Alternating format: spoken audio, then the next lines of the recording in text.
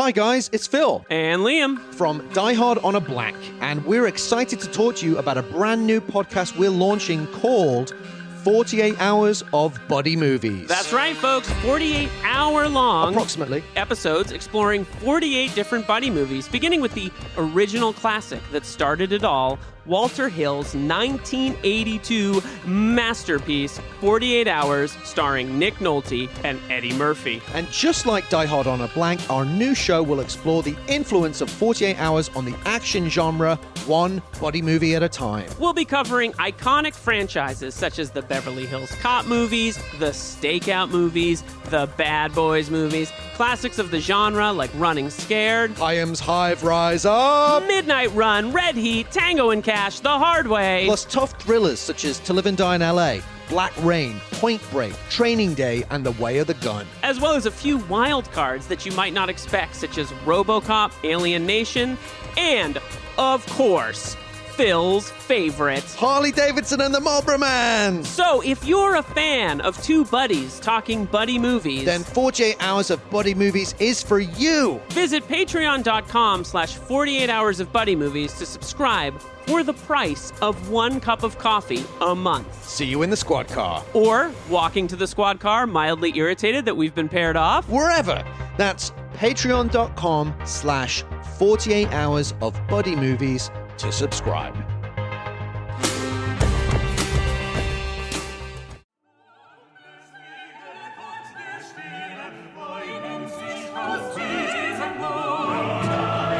Welcome to Die Hard on a Blank, the podcast where we explore the influence of Die Hard on action cinema, one action movie at a time. I'm Philip Gawthorne, and with me as always is Liam Billingham, and today's film is Swordfish. It's Die Hard in a bank for 10 or so minutes. It counts. I know it counts. Plus, No, listen. there's a pun element to it too. It's Die Hard in a blank bank. Oh, you know, get well, it? let me be clear. Yeah, there's real estate there. There's comedic real estate. Welcome to Die Hard in a bank. Listen, you're the king. I trust you completely. Never am I like, Phil, I don't know about this one, Phil, but I do think it's funny because it is Die Hard in a bank, and that makes a lot of sense. But in rewatching this movie, I don't know what else to say. I was kind of like, there's not a lot of, it's Die Hard and a flying bus. Like, what are we going for here? Oi, oi, oi. Well, let's start with when you first saw this bad boy. Was it in the glorious summer of 2001? Do you have the release date in front of you? I do. It's June 8th of Year of Our Lord 2001.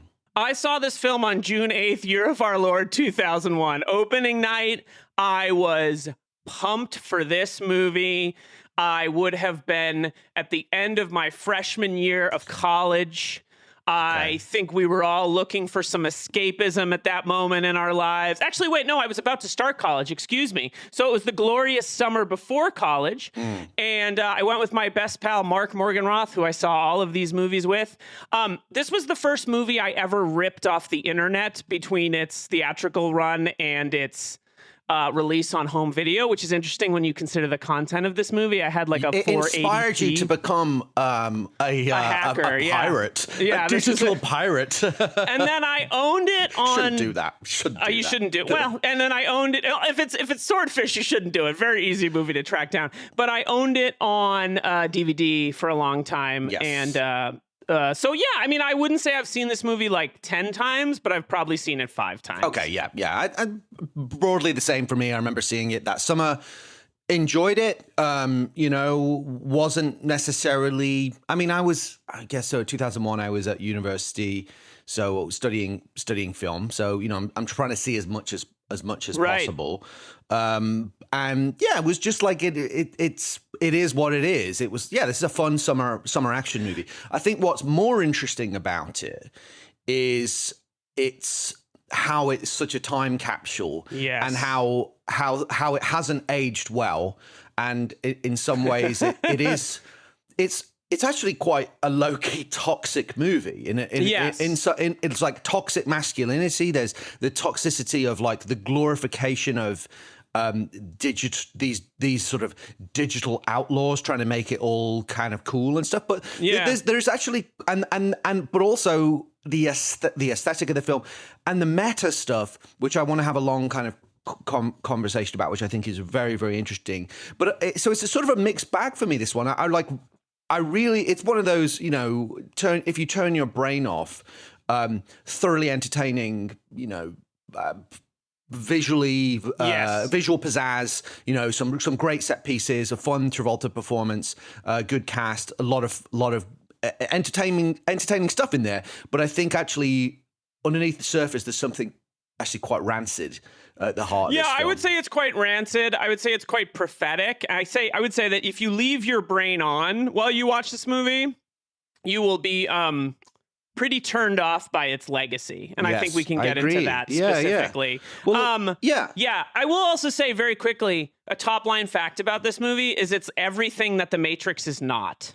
That's an interesting point, yeah. The Matrix is kind of, in my mind, tech utopian, beautiful, inclusive, kind of like they're two halves of our digital future playing out just a few years apart from each other. Yeah, because this is sort of like the bro-y version of it, right? And not to say that like being bro-y is inherently pejorative statement. No, our bro-y is beautiful. We love each other. I have my bro-y side for sure, Yeah. but I think this is like the toxic end of that a little bit. Yeah, they're kind of in so grossly aimed at the proclivities of sort of 13-year-old boys in that time. With one moment in particular, but a lot of the sensibility of the film is very tacky, I think.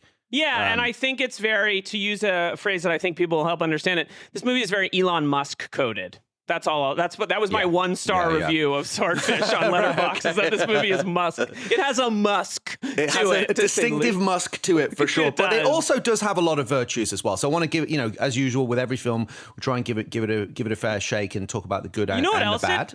It has a lot of Die Hard DNA. It does, but you jumped the gun slightly there because we haven't done fast facts. But I love where your head's at. I love where the idea to drive this along. We haven't done this in a couple weeks, so I'm a little scrape off a little rust. You know what else this has a lot of? Fast facts. Yay, there you go. So fast facts. This movie was directed by Dominic Sena. Sena's Sons Rise Up. Never going to stop being our best bit. Written by Skip Woods, produced by Joel Silver, Jonathan D. Crane, and starring John Travolta, Hugh Jackman, Halle Berry, Don Cheadle, Vinnie Jones, Sam Shepard. That's a really wacky cast. Distributed by Warner Vinnie Brothers. Jones and Sam Shepard. I know, right? I just had real whiplash from that. I had Vinnie Jones lash, as I like to call it. Distributed by Warner Brothers on June 8th, 2001. Budget, massive budget, $102 million. Box office, $147.1 million. So, wow, a hit, but at that budget, Do you also think this is probably a home video hit too? It probably did pretty well on home video. I would imagine a lot of people rented and it. DVD, because this is the sort of cusp of the DVD revolution, isn't it? Yeah. I still have this one on DVD. You're welcome to borrow it anytime, and in fact, you can scratch it because I don't really. I'm actually good. I don't really intend to go back. Well, I borrowed this DVD from the library, and actually, it was the same DVD I had as a kid, right? So that's I don't know if this is getting a 4K release anytime soon. Well, it was those Warner Brothers those cardboardy ones. Yeah, that would drive me mad because with they the little decay. black plastic opener. That was what my training day disc was. So I think. irritating. Yeah. Yeah. Warner Brothers. Get better. Casing has gotten a lot better. In this. Well, I just don't like the ones that fray. I want it to be. Yeah. Good you're a purist. You like it to hold together. It's, I like things to hold their value. Yes, absolutely. So, like Swordfish. I don't know. So now you can do your perfect seamless tee up for our next section. Hey, Phil, apropos of nothing, you know what else this film has a lot of? No, tell me. Die Hard DNA. Whoa, I did not see that integration I know, I figured that one out. That was a good one on my part. You've sort of said that you weren't too convinced about my theory on this, so let's see if I can defend it. So, It was produced by Joel Silver, producer of Die Hard and Die Hard 2, written by Skip Woods, who worked as an uncredited writer on Die Hard 4 and would go on to write Die Hard 5.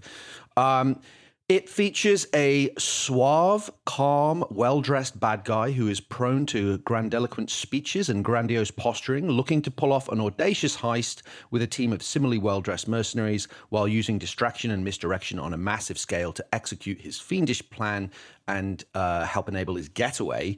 One of the aforementioned well-dressed mercenaries, played by Vinnie Jones, is even named. Did you catch this? No.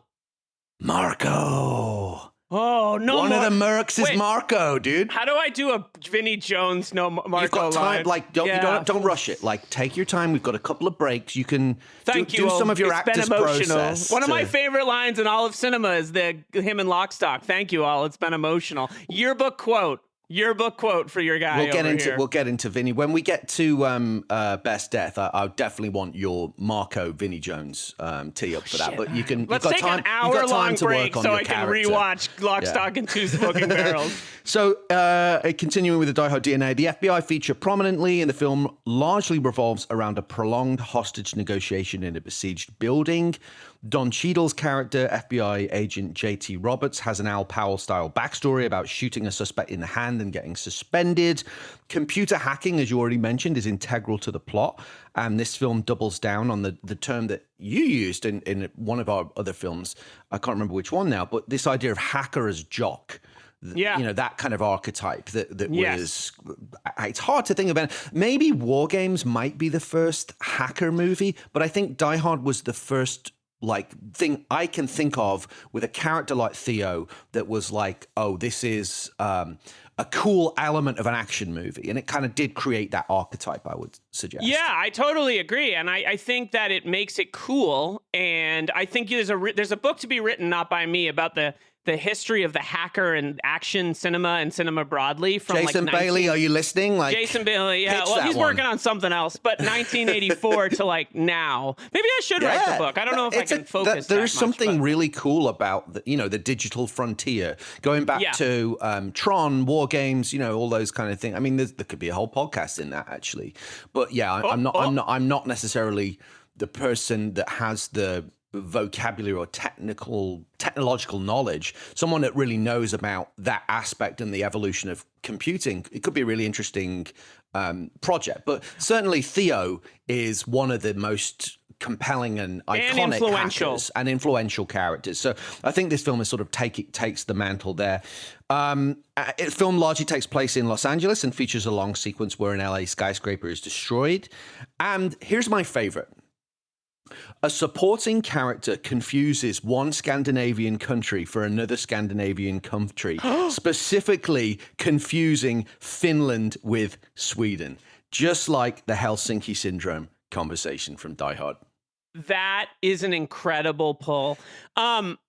We've talked a lot about Die Hard DNA, but you know that there's a little bit of Blown Away DNA in this movie? Did you catch it? No. It is the marbles in the bomb that is attached to people and the way the marble moves. It's weirdly put in there, but because in Blown Away, Lloyd Bridges has to move. And if he moves too much in the marble, but there is a marble, and both films feature one of the characters coming into contact with the marbles that survives the explosion. Oh, that's just because you're obsessed with Blown Away. So you see every subsequent film through that prism. This movie needed more U2. John Travolta setting up bombs to U2. A lot of Paul Oakenfold in this one. I was listening to the soundtrack this morning. Paul Oakenfold is 2000, right? There's something totally.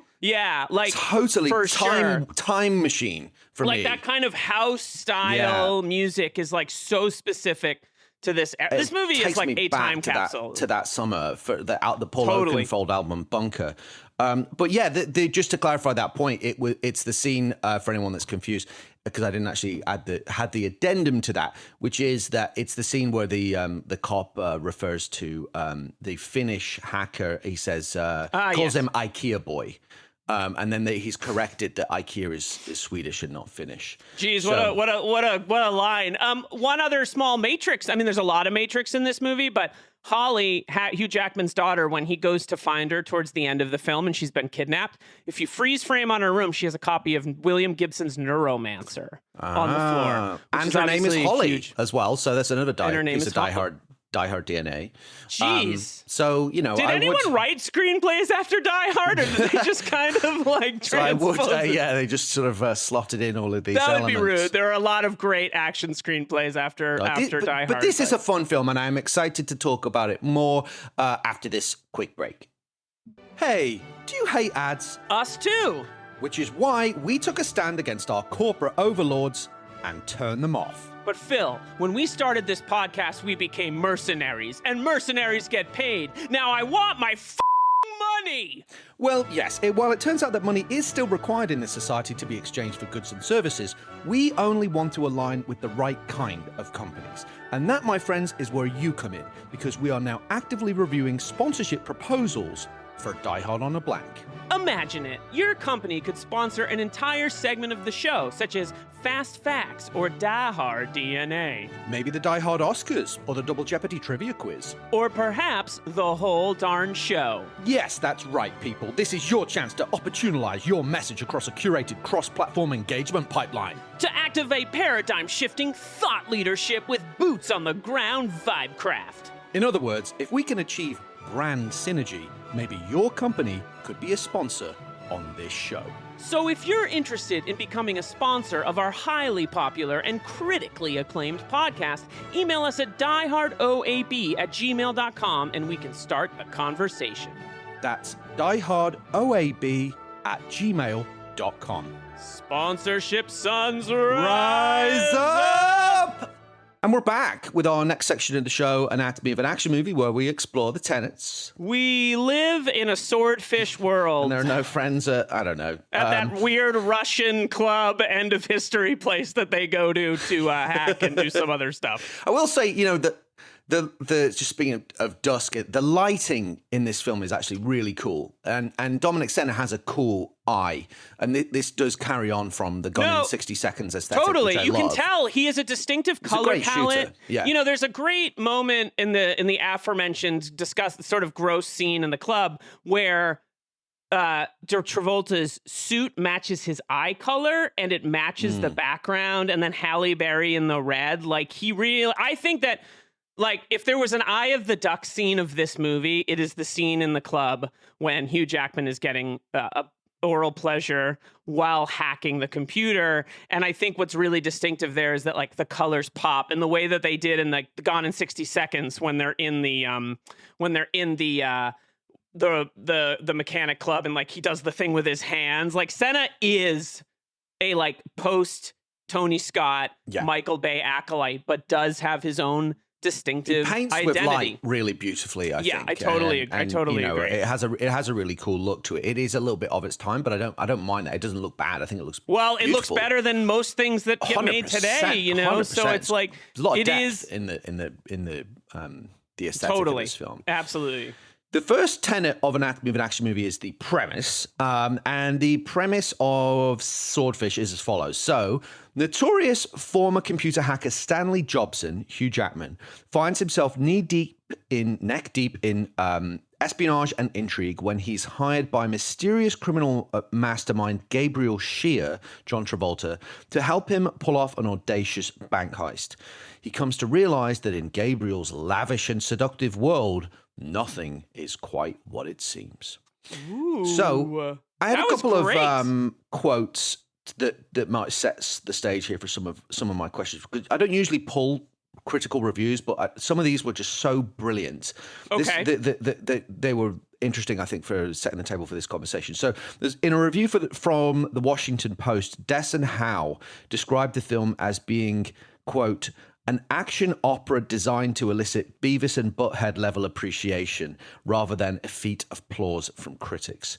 I thought that was just totally on the money, because so much of it is just like cool, cool. Yeah. Like a bus is flying, cool. Like it is a movie for 14-year-old boys. Right? Well, yeah. Well, hence the Halle Berry, that whole thing, which we'll talk about, and just in general, it's like nothing necessarily makes sense, but it's all driven by this will be cool. There was another review from the New York Times. Stephen Holden described the film as a meticulously choreographed, bang-by-the-numbers action fantasy that I would accuse of peddling evil if the film weren't so dumb and incoherent. I read that too. Concluding that, with its blasé blend of bogus international intrigue and action for action's sake, Swordfish suggests a James Bond movie stripped of humor. True, there are a few moments of wit, like the opening sequence, but the dominant tone masquerading as humor is a snide, rancid nihilism devoid of laughs, unless wholesale destruction and gloating stupidity are what tickle your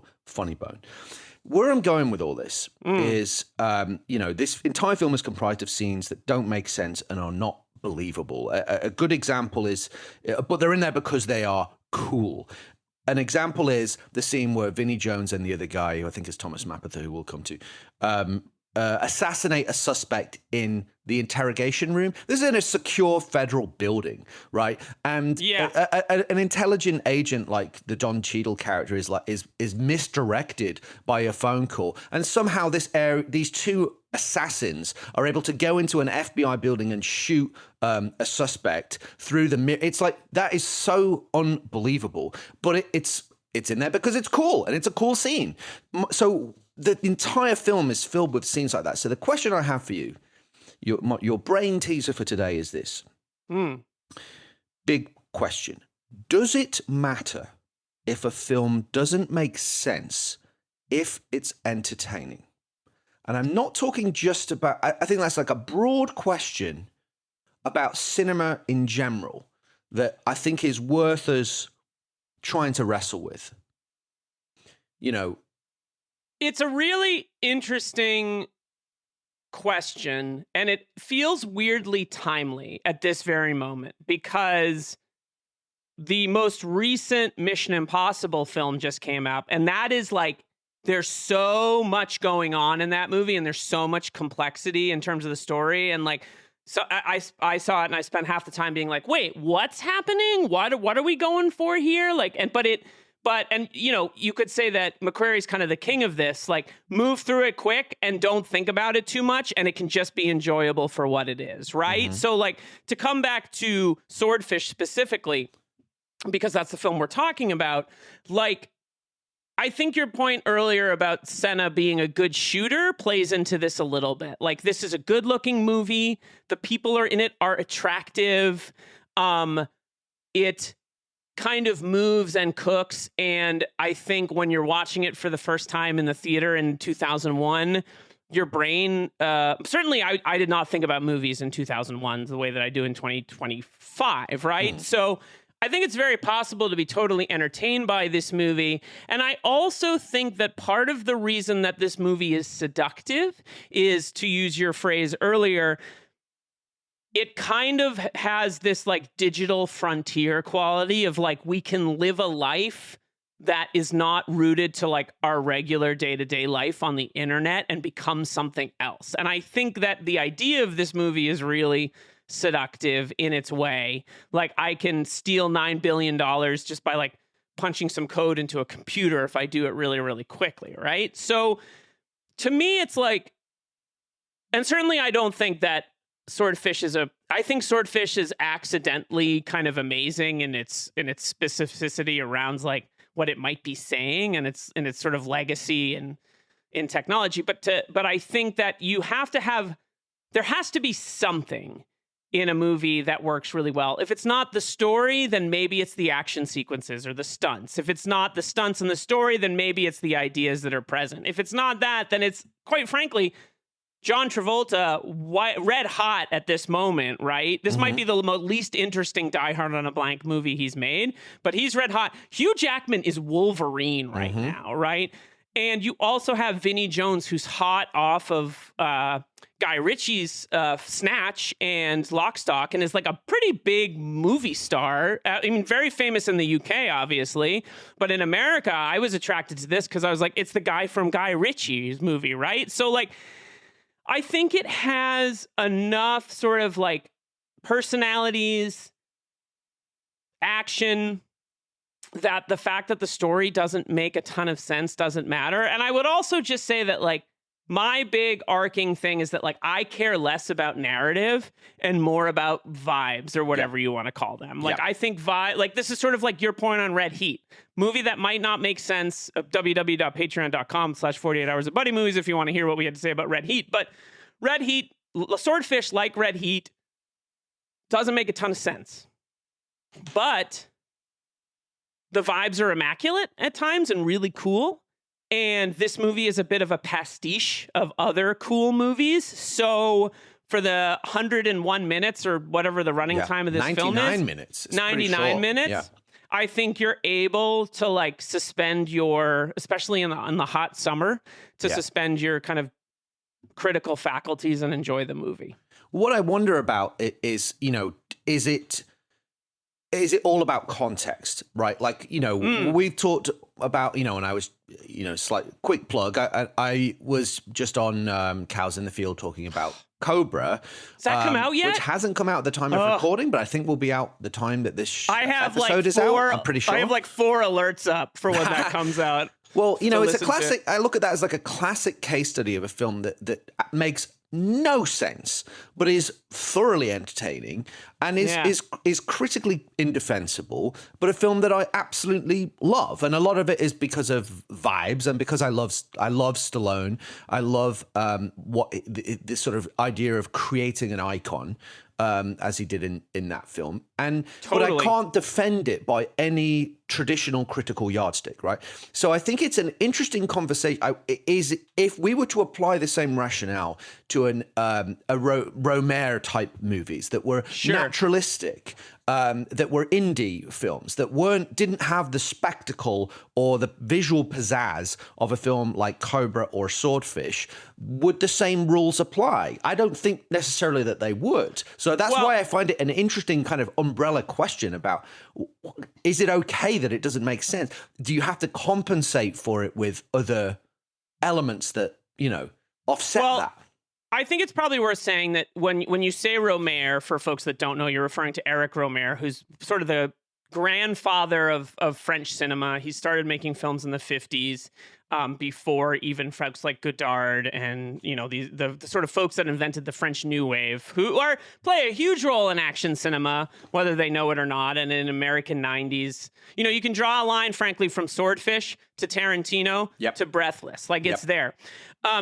So Eric Romare made a million movies. He made a ton of movies, and they're all very conversational based, people talking to each other in rooms, very philosophical. But one thing that they are, that you can't say this about a lot of movies, is that they're fucking sexy. Like every Eric Romare movie, or many Eric Romare movies, feature very attractive people talking about big ideas. Now, and I think that like, that is part of the texture of the movie, but like they're very easy to watch because while you're watching, particularly a few of them, the whole time you're like, I'm in love with all of these people. Like I'm attracted to all these people. I want to be close to all these people. Now, they don't do it by having one of them show their breasts in the movie per se. They do it in a different way. But, you know, I think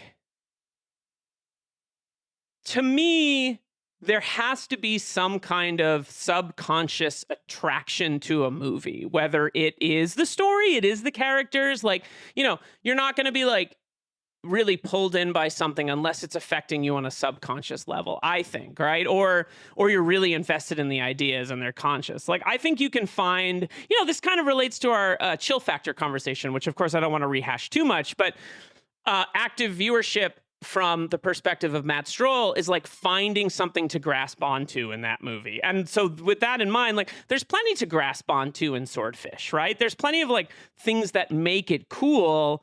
You know, there's that sequence when Travolta's like, we've got a tail, right? And remember that? And then like in a lot of these movies, they like lose the tail, but in this movie, he chooses to like stand up and fire double Uzis. The ambush. Yeah, exactly. And like, it makes no sense. Like, that's one of those moments in the movie where you're like, nothing makes sense. What? But it's cool. But it's cool. And right?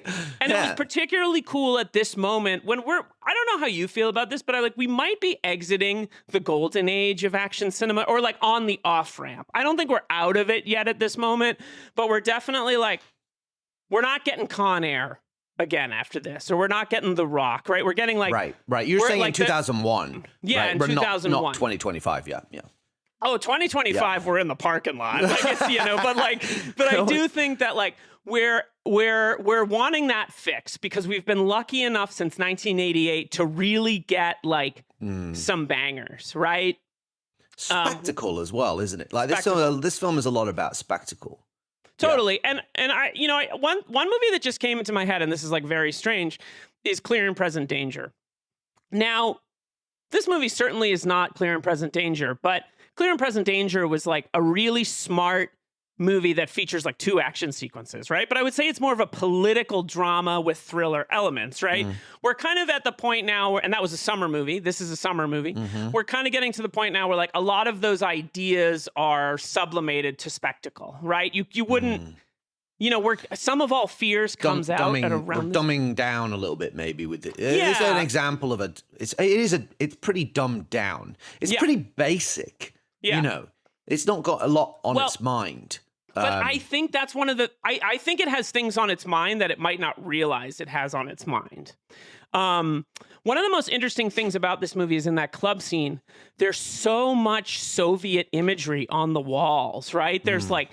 There's like a cross and sickle. There's like, the colors are really red. And like we've talked about this before, and it's certainly not an original idea, but this movie makes me think about end of history stuff. Like, who are we fighting wars with, right? It also makes me think about something we've talked about before, which is the Nokia wave of movies, the movies that kind of like Ronin or the Bourne films that are about like state surveillance and new technology and surfing the web. And they even mention the Carnivore program, the FBI, total police state, expansive surveillance program that's alluded to. And this film, of course, the other elephant in the room is that this film precedes 9/11 by a few months.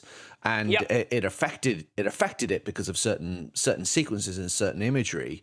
But it'd been out for a while. So I think in its second phase, it was sort of a bit, you can't help but equate the two. But I think 9/11 was one of those events that then changed what Hollywood had to react to that, right? Totally. And this was just sort of the last era, and maybe in a way, it's sort of like the end of innocence. In a weird way. Wow. I have one other topic I want to get into before, unless there's anything else you want to sort of say to wrap that up. But there's a lot of things. Question, but let me just say one other thing because there's a lot to this movie.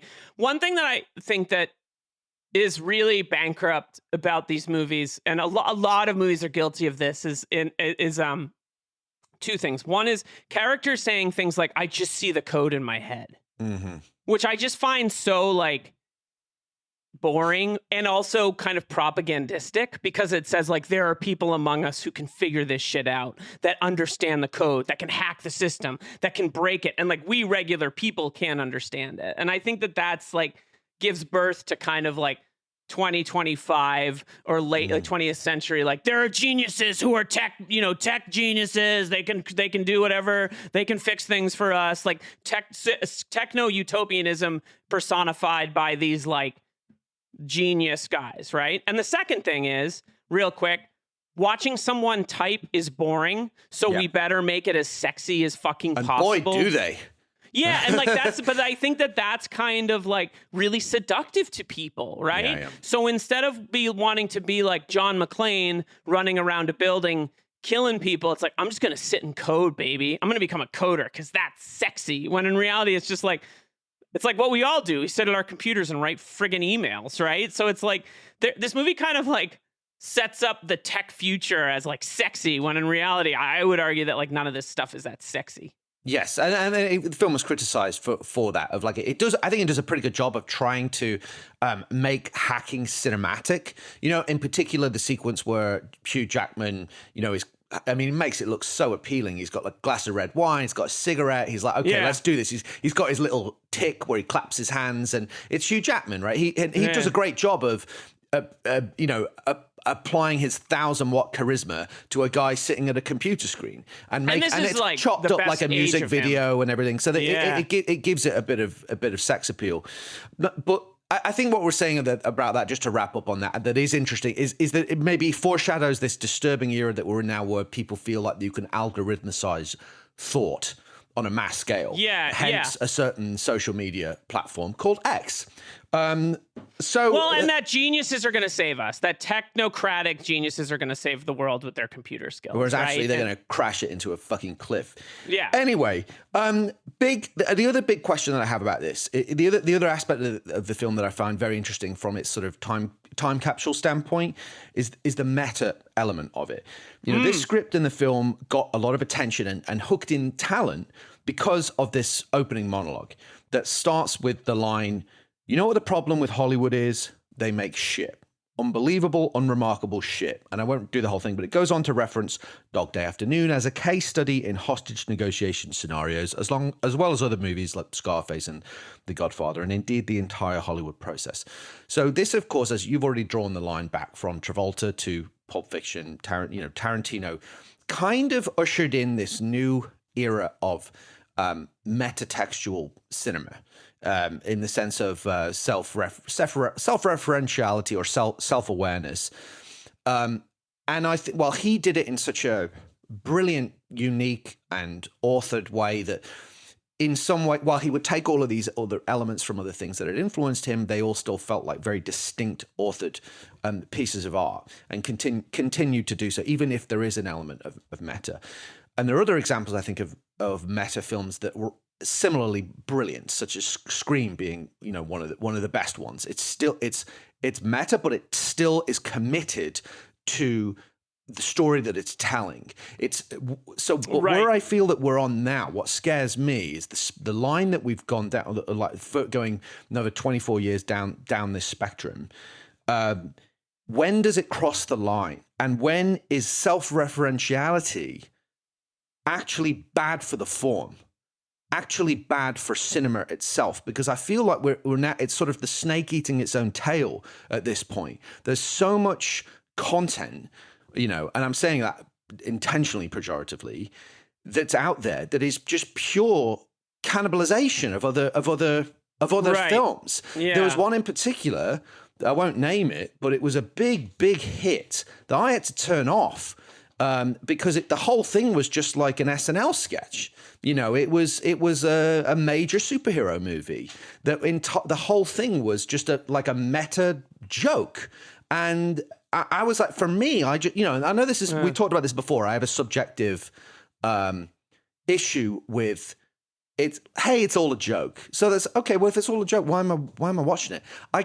If it's, stakes. So I just feel like at a certain point, we've reached kind of the nadir of the meta trend.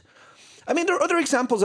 Birdman is a brilliant example of an amazing movie that had a meta element, but was still totally committed to what it was doing, and it doesn't take you out of it and say, hey, this is just a movie. I think so. It's not to say that meta is bad, but I think like too much. When is too much meta? Or is there such a thing as too much self-referentiality? And is it bad for cinema at a certain point? There's a lot to unpack there about the film Swordfish. No, but I think I want to say two things. One thing I want to say, here's the thing about meta, kind of metatextual, whatever it happens to be, is that it runs the risk all the time of just pointing at something else, right? And this is like a really big issue in like, not to get too philosophical, postmodern thinking, right? That like we've exited modernist individualized thinking and everything is a copy of itself and there are no original ideas, and that like leads to people like not really having an identity. So, I think that some of this has to do a little bit with what the actual value and point of that is. And to talk about this movie specifically, right? I don't think that opening scene brings much to the movie except to be edgy for edgy's sake, right? And because there's this thing going on in that movie, more important to me than the dialogue is what's going on with the camera in that scene, right? Do you recall what the camera's doing? It's strange. It's moving around, sort of it's unmoored, it's untethered, yes, and it's focus it's floating is shifting around in an odd way. And Travolta is directly addressing the camera, i.e., the audience. He's talking in the context of the film. He's talking to other characters, but the way that it's shot, he's directly addressing the audience. It almost has a kind of like, and I'll define this for the audience. Well, it's very much Brechtian, right? Yes, meaning exactly, the 20th century theorist and dramatist who sort of is not responsible for, but believed that art should be meta in the sense that it constantly refers to itself as a work of art. The reason that he thought that art should, constantly remind the audience that they're watching a play or a film is so that they could understand that they could change the world, right? He was like a big Marxist thinker and wanted political change and used art as a tool. 99% of art does not want you to think about the form itself. It wants you to get swept up in the ride of it, right? So, I'd be curious to see this movie made now with that same technology, because it would be like a live stream on Travolta's phone or something like that. It would actually be devoid from the form, because in my mind, there's a little bit of a tension between Travolta being like, movies are shit, and yet it looking intentionally bad, but still looking pretty incredible because they're shooting it on like a high quality image tool, aka a camera. I'm sure it's 35, and they're messing with the focus, and like you hear the focus go like, and it's moving in and out of focus. So it's like, it's kind of commenting on the art form, but using the tools of the art form to do so, right? Like it's still, and this is what I would say is part of the problem, is that the reason meta doesn't work sometimes is that like when you're doing it within the context of like big budget Hollywood filmmaking, I think there's a tension between the delivery technique and what the movie itself is saying, if that makes sense, right? Like it's kind of hard to buy into it because it's still a movie, right? And I don't think that scene does much for the movie we're watching, except maybe set up the idea, the very, in my opinion, silly idea later in the film that like actually Travolta's a spy, or so Travolta's like part of the United States government, but like a fringe, powerful, rogue, deep state operative, right? I mean, it just goes so. You talk about straining credibility, but none of that. Yeah, again, that goes back to the other question of, do we care if it's all entertaining? Which it is. It is entertaining. It is, and I just think that also, I totally agree with you. I think that like part of the problem, like, is that Tarantino might be kind of like meta and postmodern, but he's still a really good dramatist, and he's still really good at writing characters that change over time. And by and large, cinema is a very like modern storytelling tool, right? Whereas like, you have filmmakers like Jean-Luc Godard who are making movies with like little tools and techniques and like kind of playing with it. But like, it is ultimately Tarantino is successful because there's like a moviness to his movies, and he's referencing kung fu cinema, and he's referencing Hong Kong action, and he's referencing all these things, but he's still ultimately like telling a narrative story in a mainstream format and doing a very good job of it. To my knowledge, I can't think of him doing a Brechtian fourth wall break in his movies. It's all cool when he does it. I could be wrong about that. Maybe there's an example that someone could cite, but they essentially see that's the key. The key thing for me is if you break the fourth wall just to be flip and glib, that's what I think quite irritating. If there is some genuine point about it, like you're saying with the actual origins of Brecht, then I think that's different. But if it's done just because, hey, this will be cool, in this instance, it doesn't really bother me. I think it's totally empty. It's just it's glib. But then the rest of the film is essentially committed to it's the bubble of its reality. I mean, so okay, but when people are just directly addressing the camera to intentionally break you out of the movie and go, hey, we know this is a movie, you know this is a movie, and I'm like, yes, I know, I would like to escape into the fucking movie and not be reminded that I'm sitting in this cinema chair, please. That's just how I feel. I want to be, to use your language, swept up into the experience. And Brecht wanted to avoid that, right? Yeah. There's stories of him going to Chekhov plays and laughing at the bourgeois audience members, being like, oh, you're so emotionally, I mean, like kind of the original Troll, right? Like that was sort of part of his thing. I want to make one point that I actually think there's a direct connection to Tarantino in this movie that's not the meta quality. It's Travolta with the same haircut, the same kind of style. Now, here's what I'll say. There's very few people that are cooler than John Travolta in Pulp Fiction, except he's a piece of shit. Oh, he's the worst. Vincent sucks, he's a right? terrible person, but you love him. Like, there's this little bit in this movie of like studio interference. Like, let's give him a little chin strap, right? It's almost like they didn't. It's a real problem.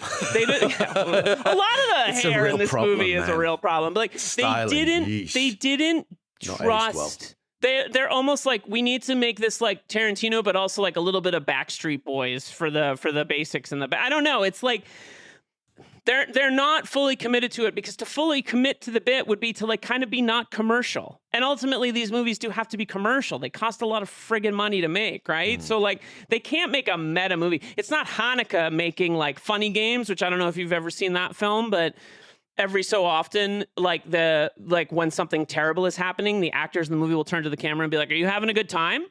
Is this fun for you?" Now it's kind of obnoxious, but that's the point. You're not doing that in one of these movies. Well, maybe, to the Tarantino thing, Natural Born Killers is an interesting example. Yes, that's a great one. Which ultimately was I've read the original Tarantino screenplay, which is very different to the final outcome, and he was very unhappy with it. And while that doesn't necessarily break the fourth wall, it's having that conversation with the audience that you're talking about with Funny Games of like our relationship to violence, on-screen violence and so forth. So yeah, that absolutely. has a point. That has a point. Well, and I actually if it doesn't have a point, I think that's where I struggle. I think it not only doesn't have a point, but there's one other thing I think is interesting. So if I try to think about like who are some of our like quote unquote Brechtian filmmakers, Oliver Stone is one. Oliver Stone wants you to think about especially in that film, wants you to think a little bit about the form as much as anything else. Of course, his name is escaping me, but the guy who made The Big Short and Adam McKay, Adam McKay is very acknowledged. Like wants you to be like Vice and Big Short, very and this like when Anthony Bourdain and Margot Robbie turn to the camera and they're like, "Let me explain the housing crisis to you," right? Like that's very didactic thinking. I think my final point that I can make about this and sort of the like meta-textual thing is that most movies where you feel a meta connection do it as commentary. So I want to point specifically to True Romance, where like you could say that like Clarence as a character is such like a postmodern figure because like his whole life is made up of his influences are images. It's not his like father telling him how to live. It's not his family. It's like, I like Sonny Chiba and Elvis and I want to be those people, right? So like that's baked into the story, right? It's baked, that kind of thing is baked into the story.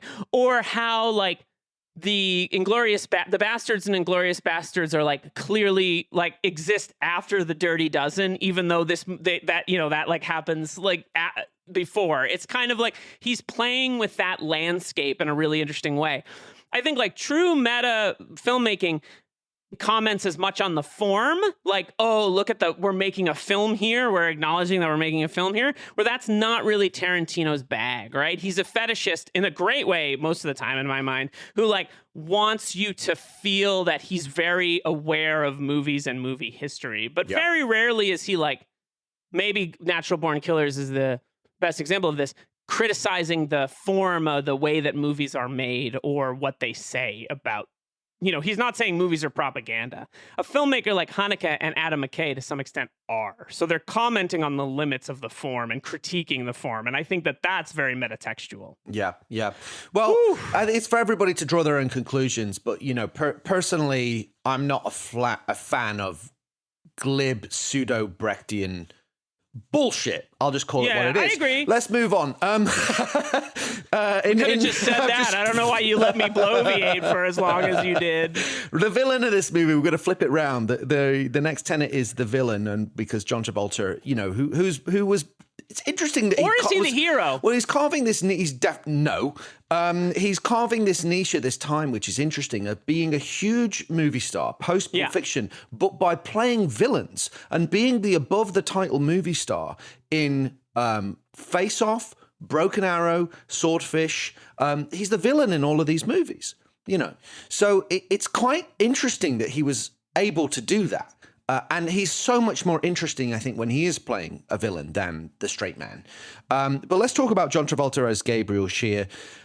What I sort of found interesting about it, the most interesting aspect about the character, beyond the chin strap. Should I get one of those? The soul patch gone wrong. Should I do that? Be honest. Okay, I'll do it. Yeah, I think you should. I think you should take this film's style as like influence for a new phase of your life. Just drinking triple espressos. Just be a weird tech bro. Oi.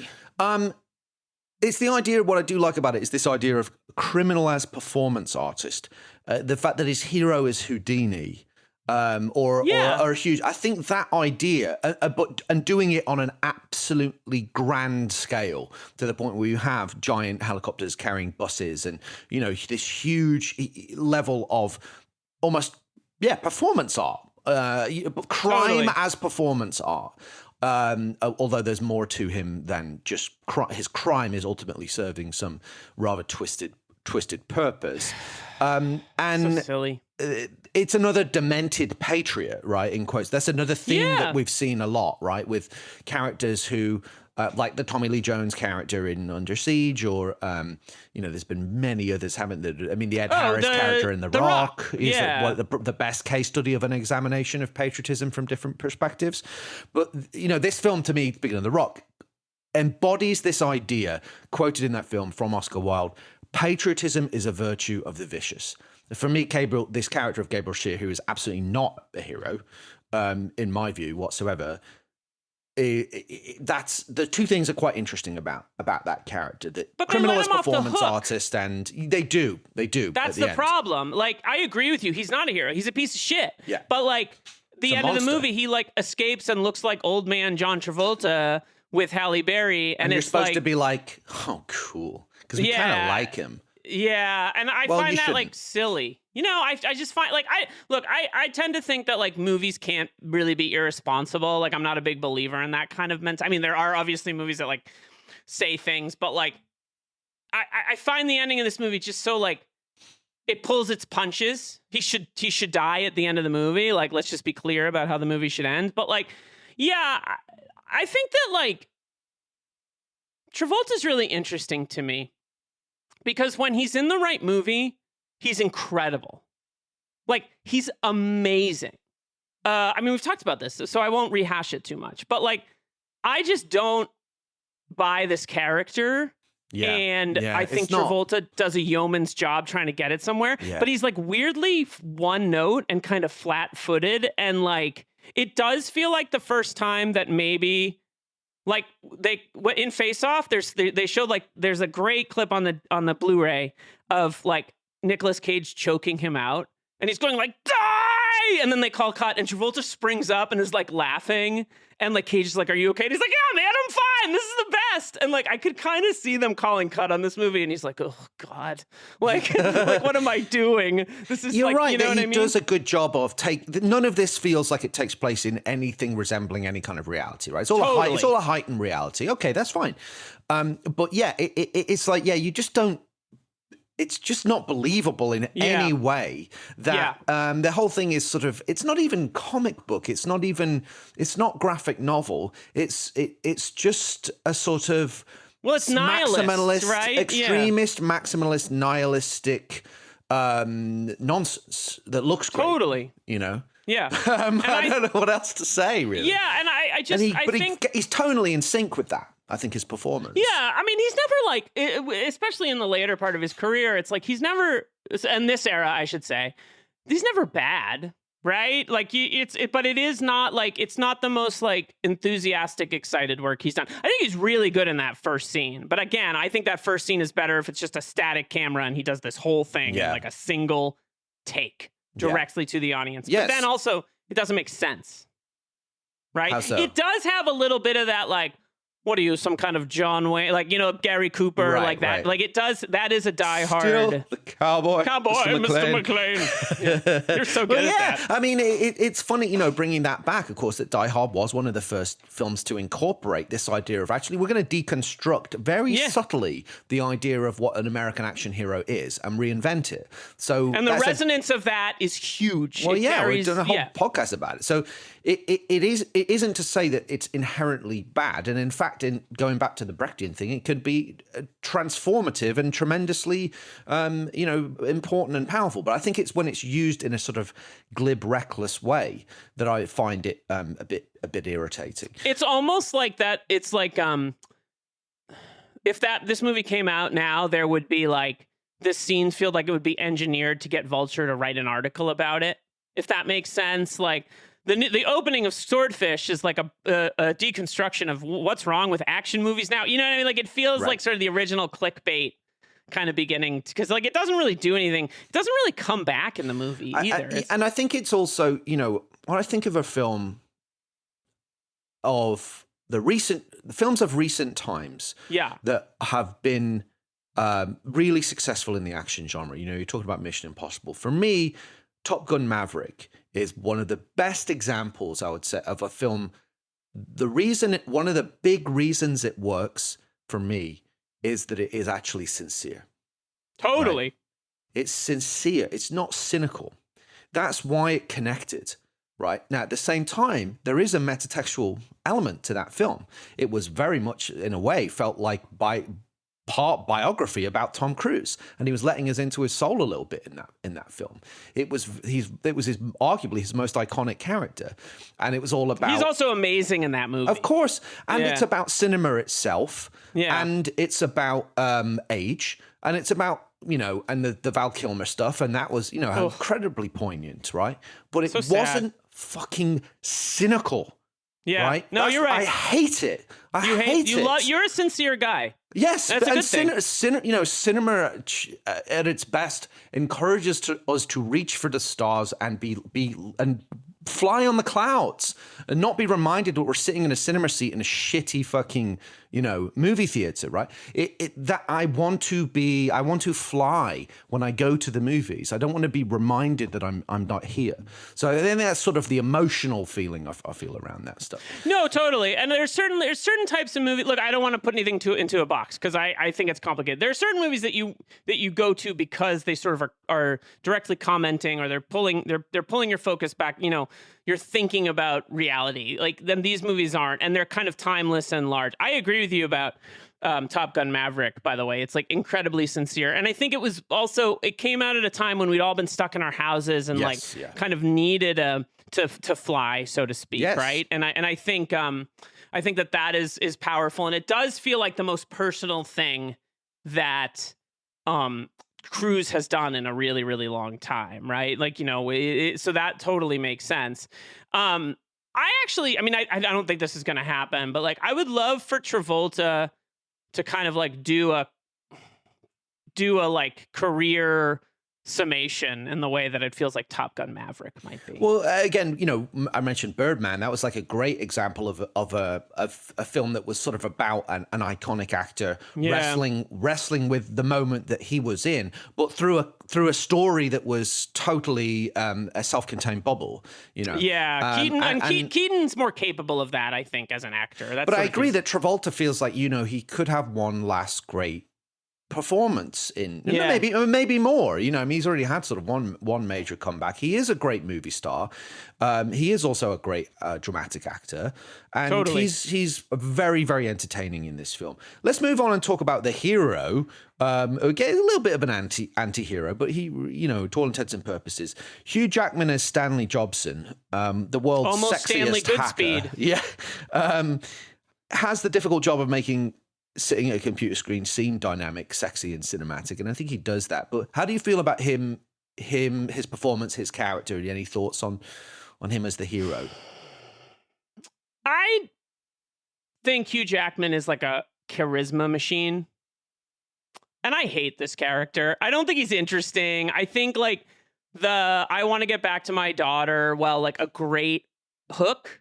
Yeah. Is just kind of like nothing in this movie. I kind of wish that they kind of had the guts to make the mom a good mom and not make it so black and white or more. I mean, I know that would like complicate the narrative, but like San Fernando Valley, post Boogie Nights porn video director, like it's very kind of like simplistic and like granted, I know what this movie is. I'm not sitting here, but like it just feels as though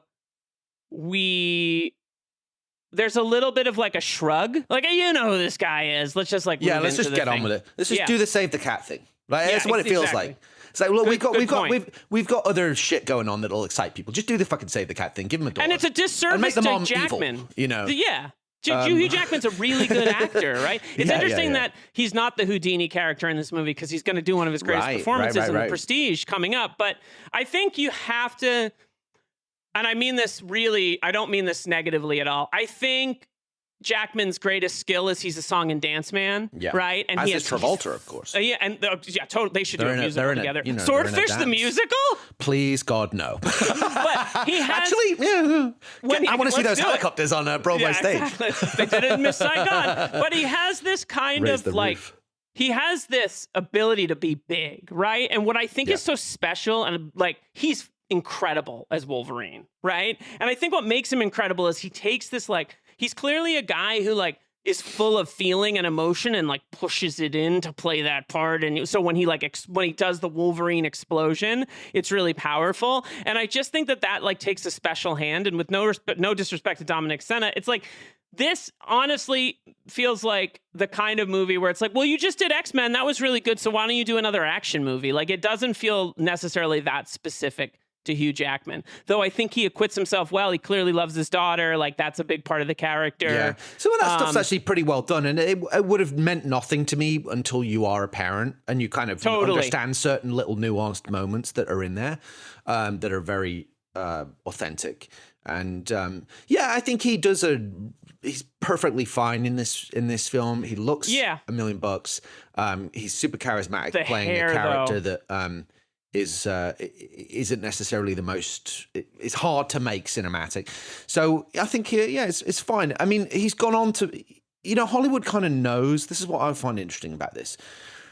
They kind of know when they've got a movie star, and the career path will be like, look, when Clooney broke, everyone knew. Right. Okay. So here's what you're going to do. You're going to do, well, first of all, you got the incredible, cool movie of From Dusk Till Dawn, but then you do One Fine Day. So you've got your romantic lead. Now you're going to do The Peacemaker so that people can clear you're an action star, right? You basically show, and they're sort of doing this with Glenn Powell right now, right? Who Hollywood are like absolutely salivating at this guy, desperate to make this guy. Well, they need movie stars. Hollywood needs movie stars. We do need movie stars, and movie stars are important, right? We need them. So when someone has that potential, they want to give them the chance. But this was the phase. My point is that this is the phase that Hugh Jackman is in. Yeah, is like, now let's show that you can be a movie star, and then you see it a lot with post superhero. Let's try it with Chris Evans. Let's try it with, Chris Pratt. Chris Hemsworth, right? Yeah. They're like, once they've got that, okay, you've got your franchise, right? Cool. Now let's see if you can do a romantic movie, do an action movie, do a comedy, and then you're basically trying to build the foundation for a long movie star career. Well, Hugh Jackman's in that phase at this point. Totally true. And just as a quick side note, what's so interesting about that is that like he's in the discovery phase, and like to think about Clooney, right? Like I love The Peacemaker and I love Three Kings, but that's not who Clooney was, right? Clooney became a movie star when he did Out of Sight and Ocean's 11. It was like, oh, this guy is smooth as fuck, right? Let's give him let's not make him the gruff military guy. Yeah, the Cary Grant or the Dean Martin, right? Or that kind of thing. And that same thing with who did you just say? I think Jackman's kind of best performances are like, go do The Greatest Showman, right? Or do Wolverine. Like they really had to figure out, he's a very versatile actor, right? But he just had to find the right kind of thing that's going to guarantee him success, right, going forward. So it is really interesting. But you're totally right. It's like the fact-finding era of Hugh Jackman's career. Yeah. And he's a big enough star that like the movie made money. Yeah. And, you know, for me, the greatest Hugh Jackman performance is Prisoners that I've ever seen. Like, dude, astonishing work. That movie rocks. It's amazing. That movie rips. I forgot about that. Jesus, yeah. Another opening day. Not just like he is a movie star, but it's also like, wait, if he wants to go hard in a brutal drama, like he can handle it. It's like Wolverine without the claws a little bit, right? Amazing that movie, work. Jeez, I love that movie. It's a great Villeneuve. Never mind, I don't have anything. We'll come back to you on that. Yeah. Let's talk about the lady of this motion picture, Halle Berry as Ginger. So this is okay. So where do we start? The femme. It's playing with the femme fatale archetype. You know, she moves between being aggressor and victim. Is she undercover DEA or is she part of Gabriel's crew of con artists? Does anybody know? Does anybody care? What are your thoughts on her performance and, you know, the wider sort of slightly ickier issues of the icky thing is interesting. She's treated by the film. Yeah. Well, okay. So like, let's talk about the elephant in the room, which is like this movie was famous for the fact that she took her shirt off, right? Which at the time was like the biggest news in the world. By the way, the rip I had online cut this scene out. Isn't that interesting? But I would say, you know, the big thing that's interesting now in retrospect is like she made $2 million and then they paid her another $500,000 to do this scene. So like, go for it, Halle Berry, make that money. But what I think, this is not my favorite Halle Berry performance, but we have talked about her before. We've talked about her in The Last Boy Scout and Executive Decision. And you know what occurred to me in watching this movie and thinking about Halle Berry? Is that Halle Berry has like the biggest soul in movies. She's like so soulful. And I think what makes her soulful are these like really big eyes. She has these like beautiful, big eyes that like really convey a lot, right? And like, you know, the scene that makes no sense where Jackman walks in on her and she's wearing the wire, right? You're like, why is this happening? Why is he in this room? I left the door open. Yeah, exactly. Yeah. But it's actually like, potentially a con because she's actually still in his crew. That's true. That was all fake. Right. Yeah, but again, you do watching this movie, you kind of go like, why is this happening? Anyways, I think that what's amazing about this is in retrospect, it's like it might be the best performance in the movie. Huh. To me on some level, just because she doesn't have a ton to do, but you're constantly thinking about her alliances. And I just think that I just think Halle Berry is like an emotional actress to watch in a good way. There's some interesting stuff where I was sort of studying her performance in the early scene where it's a good scene for actors in the scene where she goes to recruit Hugh Jackman at his trailer. She's eating because she has very strong it has a very strong intention and very strong conflict. She needs to recruit him for this job, and he doesn't want to do it. That's a good dramatic scene. You actually see, if you look closely at her performance, you see her realizing, like, fuck, that isn't working. The money isn't working, or this tactic isn't working. I'm going to have to try this thing. I like guilt him about his daughter. Like what pressure points can I squeeze on this guy to get him to do what we need him to do? So sort of she can't help but just be great, even if it's low key. I just find, you know, just being really honest about it, I just hate that I don't want to be a pearl clutcher. Who cares? I hate all this, you know, puritanical nonsense, right? And the Brits are as bad about it as the Americans. Like, someone shows their tits, who cares? Like, yeah, that's how I feel. I don't care. But it's not about that. It's about the way that the film treats her and used that as a marketing ploy, which I just find very tacky.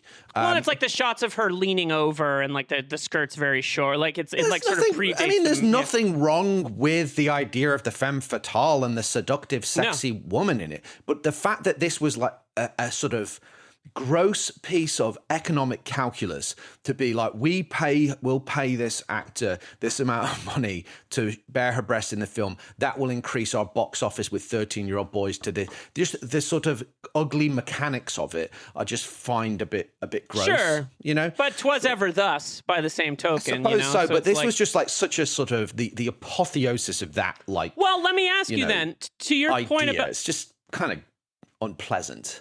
Well, this thing we were talking about earlier about meta, right? Things being metatextual. Like, are we in the age finally with this where we're kind of rolling our eyes and going like, we've seen this before? Like, we're more able to respond to that as opposed to just kind of be like, whoa, it's cool. She's gonna, like we're thinking about the angles on it is kind of an interesting thing because it's like it's such a cash ploy, right? But we're much more aware of that than we would have been 30 years before, 40 years before. It's like an interesting kind of wrinkle to this. But I mean, I totally agree. I do think that like,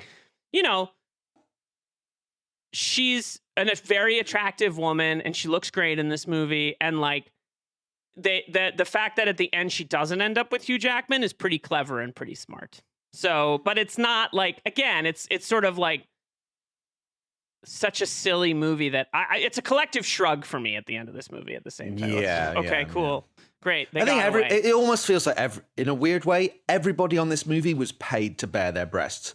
Do you know what I mean? And then run off to the bank and then go and do amazing work. Perfect wrap up. Yeah. Do amazing work. Halle Berry has the last laugh. She does Monsters Ball and wins an Oscar. She's an unbelievable Is this the same actor. year? I think it is. Yeah, that makes sense. Give or take. It's certainly around this time. So she's amazing. We love her. I feel she's a little bit underserved in the film, and actually her performances in previous films we've discussed, even in a small role in Last Boy Scout, are like more interesting. She's great. Yeah, executive than decision. in this film. She's so good. Yeah, but she can't help but be great. Smart. Yeah, I even totally agree. in something that's pretty mid. Well, she's in the only Bond movie I've never finished, and it's not her fault. Like she's a good actress. The action of this film, our penultimate tenet, pretty great. Let's just be real. Like it's entertaining. There's that opening sequence featuring that very elaborate, I believe, like $1 million shot. Very Matrix. Yeah, where the camera goes around the explosion. Joel Silver joint, of course. There's that whole sequence was a very complex shot. Help but think they put that in to remind people of the Matrix. This is such a referent driven movie. Like, look at this, look at this, look at this. It weirdly hasn't aged as well as the Matrix, that shot. There looks to be like weird composite stuff that makes it look less real. I probably think because the Matrix thing is inherent to the storytelling and the philosophy of that movie, whereas this, like, to me, again, this shot is bearing its breasts, right? Like, it kind of is just like, it's a flex. This might be a good way to think about cynicism. Is it's cynical because it's referencing something that's much better than it. And had a point in why and how it was used within the tapestry of the storytelling tapestry of the Matrix. Well said. That technique actually felt like congruent, revolutionary. Totally, and creatively congruent to the storytelling. Whereas here it's just like, let's do this. Why? The answer to 99 out of 100 questions with anything to do with the movie Swordfish, because it's cool. Let's do it. The car chase, that's cool. That's cool. Featuring some John Woo style dual gun wielding and another massive gun. I will say that is a fantastic shot. The shot where Travolta stands up and pulls the two guns. And what the camera does in that moment is really great. Shit's cool. Dominic Sena's a good shooter, man. Yeah. He's a good shooter. And then, of course, the OTT finale with the buses being carried by the helicopters. I have to say, like, anytime a film does something aesthetically that you've never seen before, right? You got to give it props for that. Like that was something that no one had ever seen. It was kind of the hook of the movie, right? And selling point. That was definitely in the marketing. You're like, whoa, what is that? That is crazy. For the helo heads, that is a Sikorsky S64 Sky Crane. Oh man, the stock on that just went up a few points. We tick that one off. So I have to say, as an action movie, fantastic. It's fantastic. Yeah, I would agree. It's not a bad time. My funny thing is that I watched this on my phone on a plane because that's how I could watch it. It was just the way it timed out for me, and I was still like very engaged by it. Like I didn't like turn it off. I was taking notes. So, but like, yeah, it ultimately looks good. The style may have aged, but like there's something timeless in the imagery. Yes. So I think on the action level, it absolutely succeeds. The final tenet is the humor. Is this film funny? No, it's not funny. It's trying very hard to be funny, but I don't think it's funny. I think it's very glib. I think its humor is like, look at other things that are like, I don't think it's funny. I don't think I laughed. It's not once. It might be funny, but it's not witty.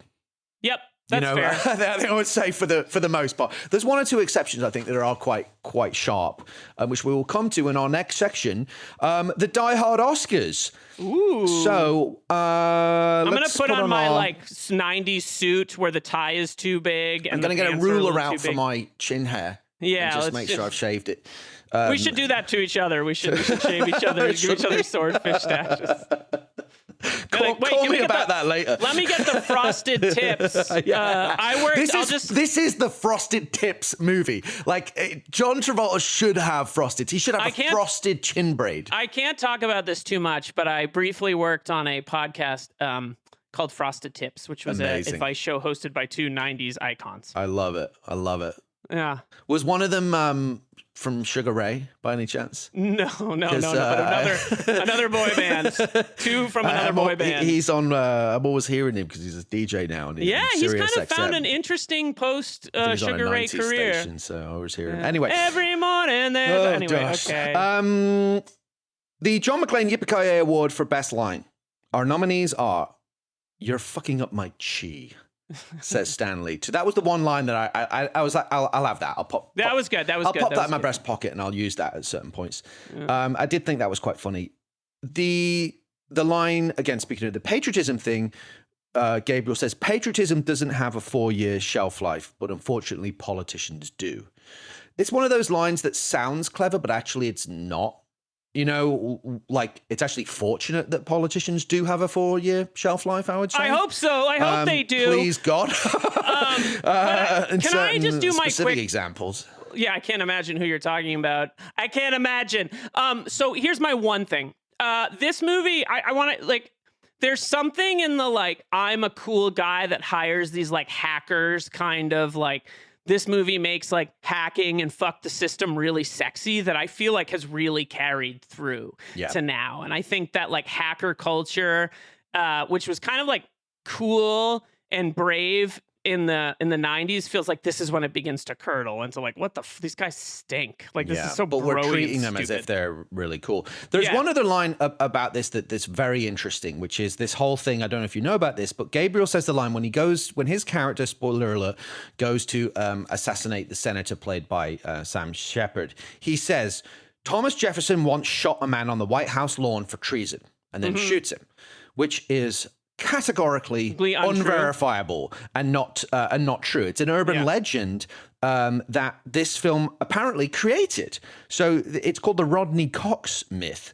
It purports that a man whose name is sometimes given as Robert Cox was personally executed by U.S. President Thomas Jefferson. There is no substantive evidence that Cox existed or that Jefferson personally executed anybody. Yet the urban legend has persisted, and the rumor seems to originate from Swordfish, which presents this story. That's according to Wikipedia. There's another whole fascinating podcast about what these kinds of movies did to our brains. Like there's a secret list that has every secret, and the guy in The Rock has access to. Like there's this whole conspiracy theory thing around a lot of these like movies that's really interesting for another podcast. But like it's kind of mind blowing. It's wild, but I think it's wild. And actually, again, not to be too pearl clutchy because it's just an action movie, but like people might think that that's true and that it's okay for the president to execute somebody. Right. Personally. I forget that it was in the 1700s or whatever. It's like, it's saying that that's cool. Like, if you're a traitor, you should be executed on the White House lawn. And like, hang on a minute. Like, you can't just make shit up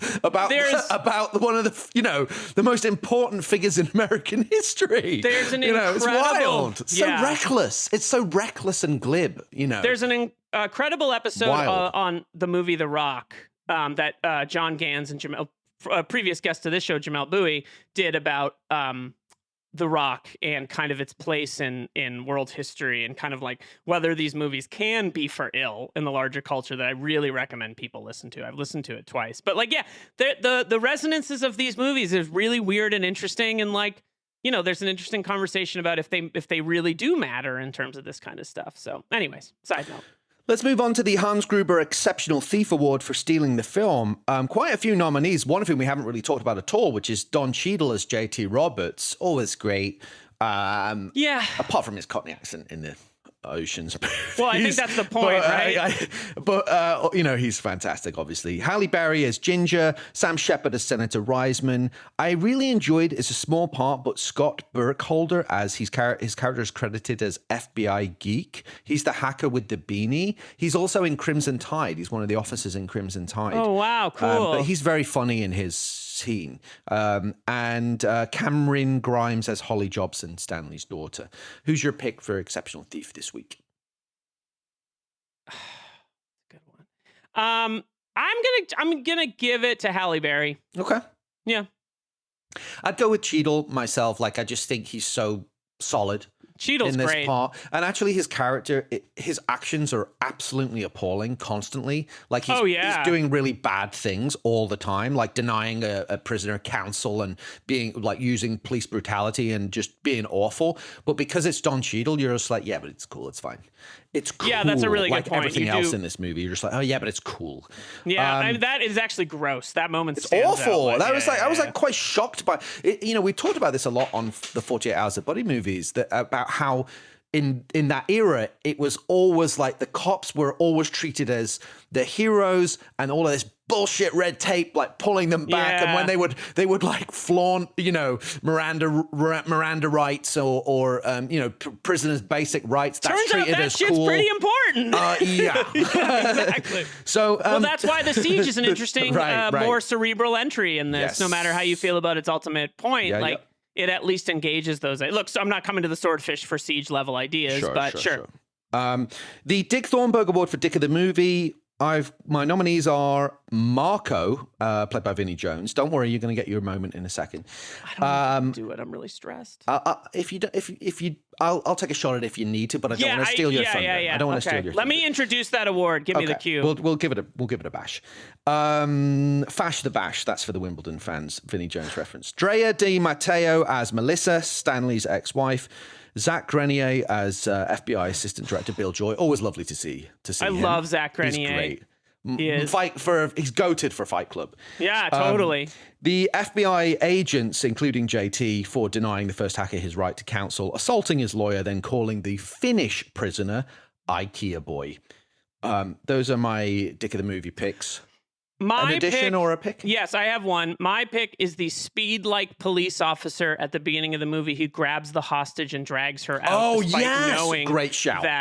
That she's going to blow up in the same way in Speed that they get the woman off the old lady off the bus, despite knowing that this is not like, you know, what incompetence just writ large.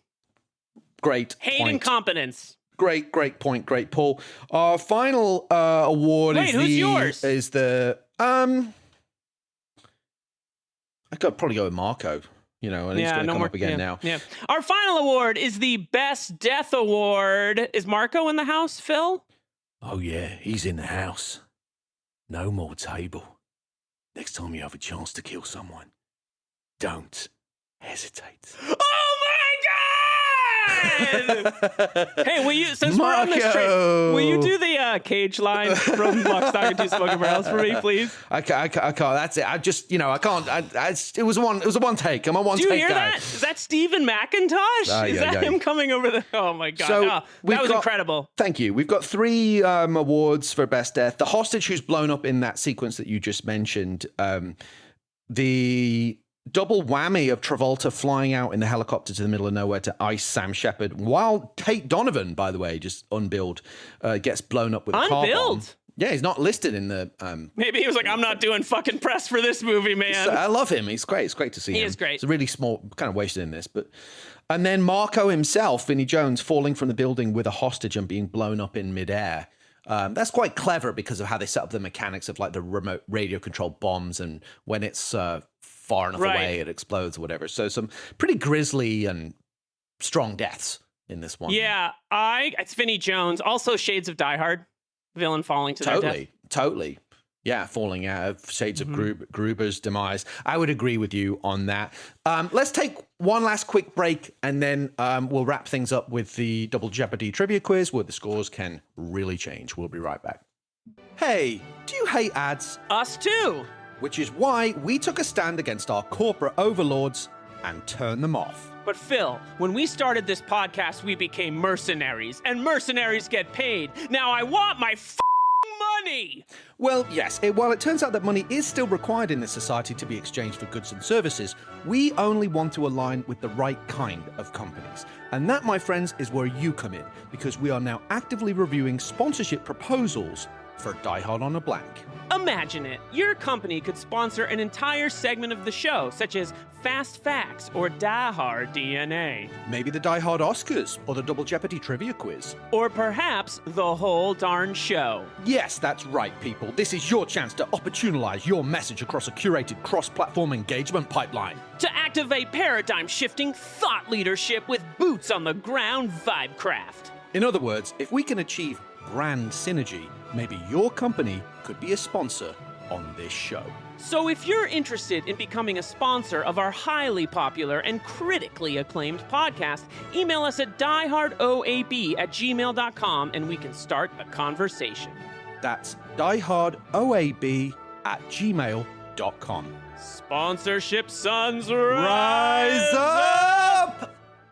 And we're back with our last section of the show, the Double Jeopardy trivia quiz, where the scores can really change. Now, unfortunately, I'm going to have to ditch one of these because it's come up, which happens, which was about Halle Berry. We'll do it anyway for the listeners. Halle Berry has previously appeared, in case they weren't listening, which is entirely probable. Halle Berry has previously appeared in 2 other action movies discussed on this podcast, both of which were produced by Joel Silver. What were they? The Last Boy Scout, an executive decision. Thank you. Question number 2. Distinctive-looking actor and Lost cast member Thomas Mapother appears briefly in Swordfish as one of the members of Gabriel's crew. He's the mercenary who's killed by the sniper early in the film. But which massive movie star is Thomas Mapother's cousin? Tom Cruise Is correct. I thought that I avoided talking about him because I kind of had thought that maybe that would be a question. Good looking out. So if I would give, he pops up. He's got a pretty distinctive face. An excellent movie that he's in, where he's the lead, is called Another Earth.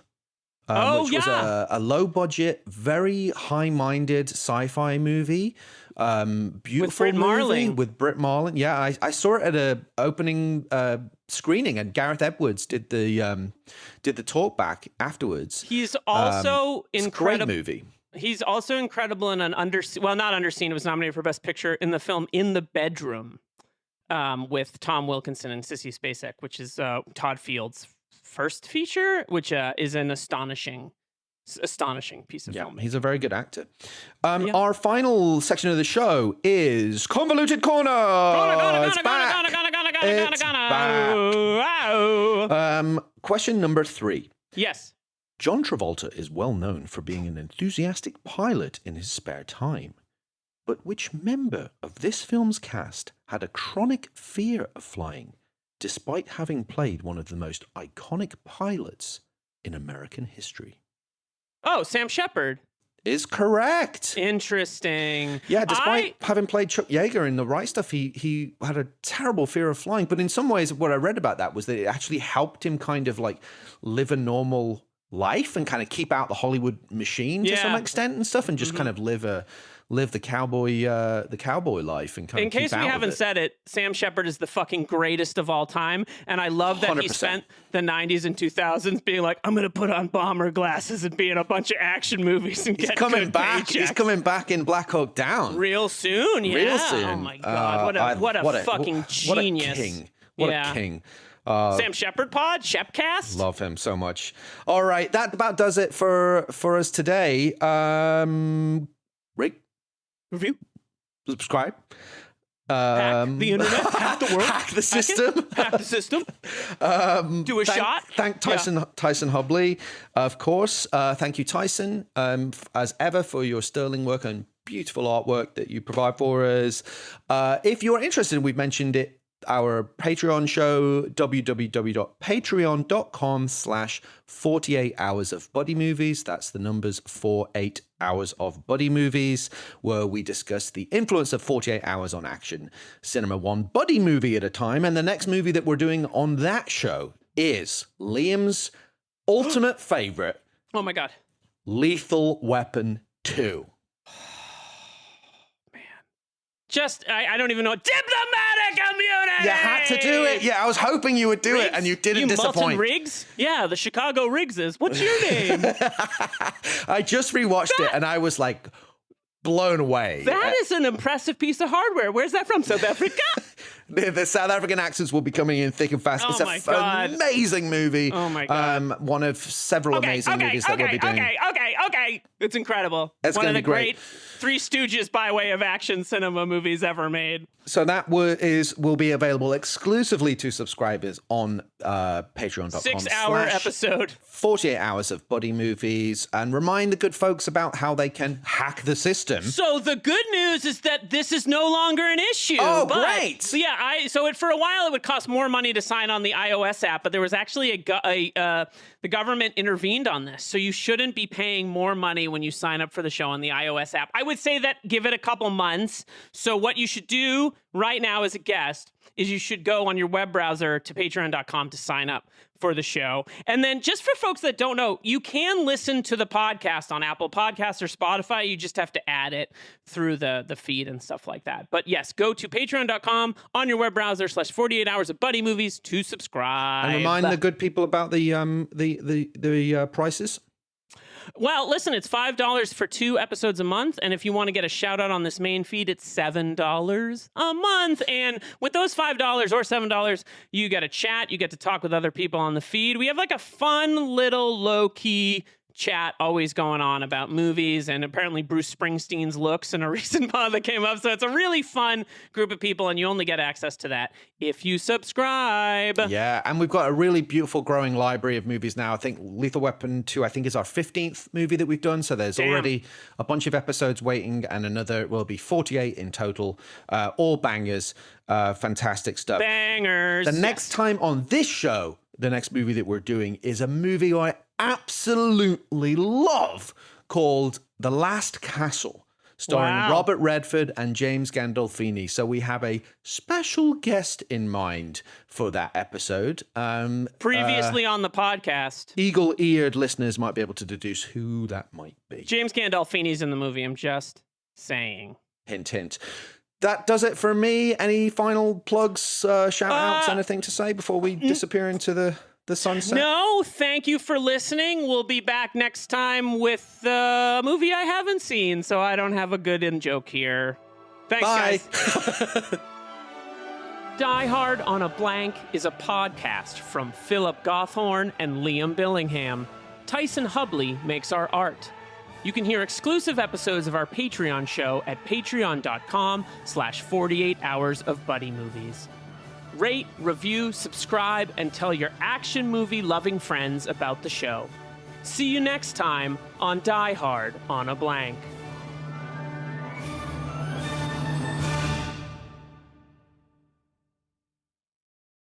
Hi guys, it's Phil. And Liam. From Die Hard on a Blank. And we're excited to talk to you about a brand new podcast we're launching called 48 Hours of Buddy Movies. That's right, folks. 48-hour-long approximately episodes exploring 48 different buddy movies, beginning with the original classic that started it all, Walter Hill's 1982 masterpiece, 48 Hours, starring Nick Nolte and Eddie Murphy. And just like Die Hard on a Blank, our new show will explore the influence of 48 Hours on the action genre, one buddy movie at a time. We'll be covering iconic franchises such as the Beverly Hills Cop movies, the Stakeout movies, the Bad Boys movies, classics of the genre like Running Scared, Iam's Hive Rise Up, Midnight Run, Red Heat, Tango and Cash, The Hard Way, plus tough thrillers such as To Live and Die in LA, Black Rain, Point Break, Training Day, and The Way of the Gun. As well as a few wild cards that you might not expect, such as RoboCop, Alien Nation,